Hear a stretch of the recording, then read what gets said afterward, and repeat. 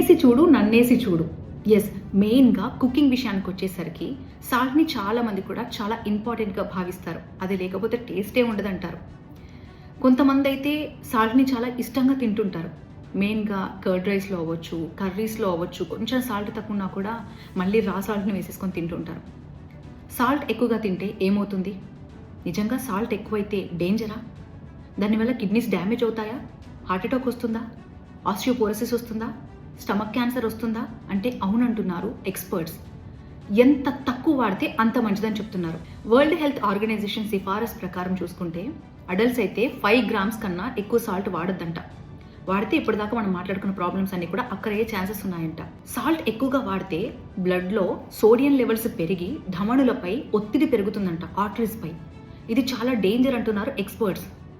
అసలు పిల్లల విషయానికి వస్తే సాల్ట్ ఎంత తక్కువ పెడితే అంత మంచిది అంటున్నారు. కొంతమంది అయితే అన్నం పెట్టుకొని కర్రీ కలుపుకొని సాల్ట్ తక్కువైపోయిందని వెంటనే లేచి రా సాల్ట్ తెచ్చుకొని చల్లేసుకొని తింటూ ఉంటారు. ఇది చాలా డేంజర్ అంటున్నారు డాక్టర్స్.